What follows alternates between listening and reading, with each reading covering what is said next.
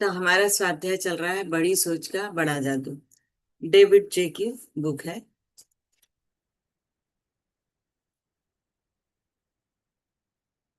अभी हमने देखा कि उन्होंने बताया कि प्रशंसा में बहुत शक्ति होती है। हमें लोगों की प्रशंसा करना चाहिए।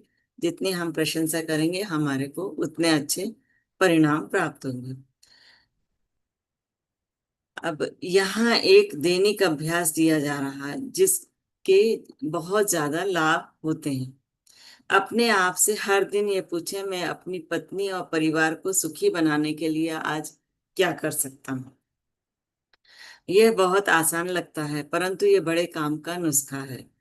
एक शाम में सेल्स ट्रेनिंग कार्यक्रम में यह चर्चा कर रहा था कि सफल सेल्समैन बनने के लिए सही घरेलू माहौल कैसे बनाएं। अपनी बात को समझाते हुए मैंने सेल्समैनों से पूछा, जो शादीशुदा थे उनसे, आखिरी बार क्रिसमस को अपनी शादी की सालगिरह पर अपनी पत्नी के या फिर अपनी पत्नी के जन्मदिन को छोड़कर आपने कब उसे कोई खास तोहफा दिया। मतलब किसी भी ओकेजन को छोड़ करके आपने कब उनको सरप्राइज दी है, गिफ्ट दी, सरप्राइज गिफ्ट दी। मैं भी जवाबों को सुनकर हैरान रह गया। 35 सेल्समैनों में से सिर्फ एक ने पिछले महीने अपनी पत्नी को तोहफा दिया था। समूह में से कईयों का जवाब था 3 से 6 महीने पहले, और एक तिहाई का जवाब था मुझे याद नहीं कि मैंने उसे कभी कोई तोहफा दिया हो। कल्पना कीजिए।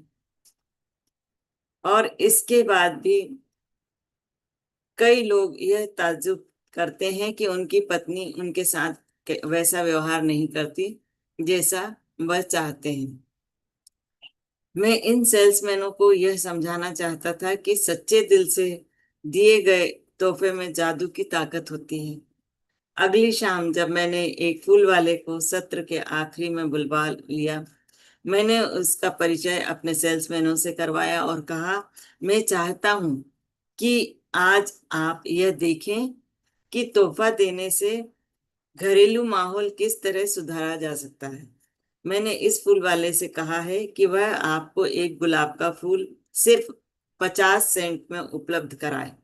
अगर आपके पास 50 सेंट हो, या आप सोचते हो कि आपकी पत्नी इस लायक नहीं है कि इस पर इतनी बड़ी रकम या खर्च की जाए, इस बात पर वे सब हंसे।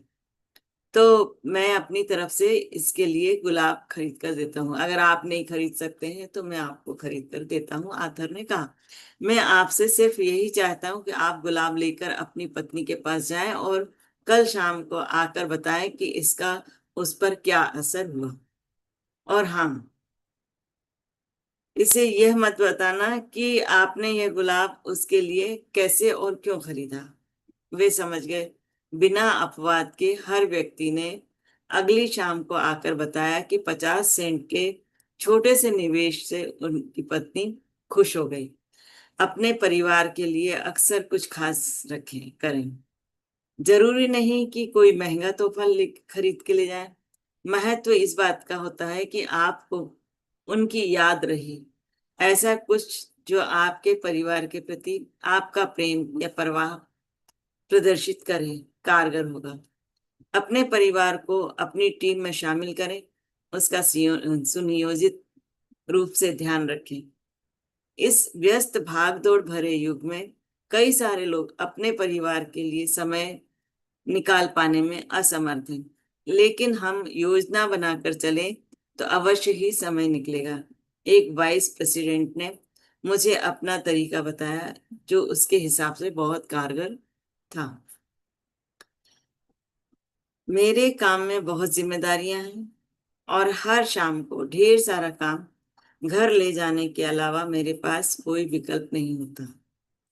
परंतु मैं अपने परिवार को अनदेखा या नजरअंदाज नहीं करता, क्योंकि वही तो मेरे जीवन का सबसे महत्वपूर्ण हिस्सा है। उन्हीं के लिए तो मैं इतनी कड़ी मेहनत कर रहा हूँ। मैंने एक टाइम टेबल बना लिया है। जिससे मैं अपने परिवार पर पूरा ध्यान दे सकता हूँ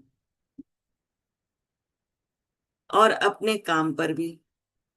हर शाम 7:30 से 8:30 तक मैं अपने दोनों बच्चों को समय देता हूँ। मैं उनके साथ खेलता हूँ, उन्हें कहानियां सुनाता हूँ, उनके साथ तस्वीरें बनाता हूँ, उनके सवालों के जवाब देता हूँ। यानी जो वे चाहते हैं वही करता हूँ। इस 1 घंटे के बाद मेरे बच्चों को तो संतोष होता ही है, मैं भी पूरी तरह तरोताजा हो जाता हूँ।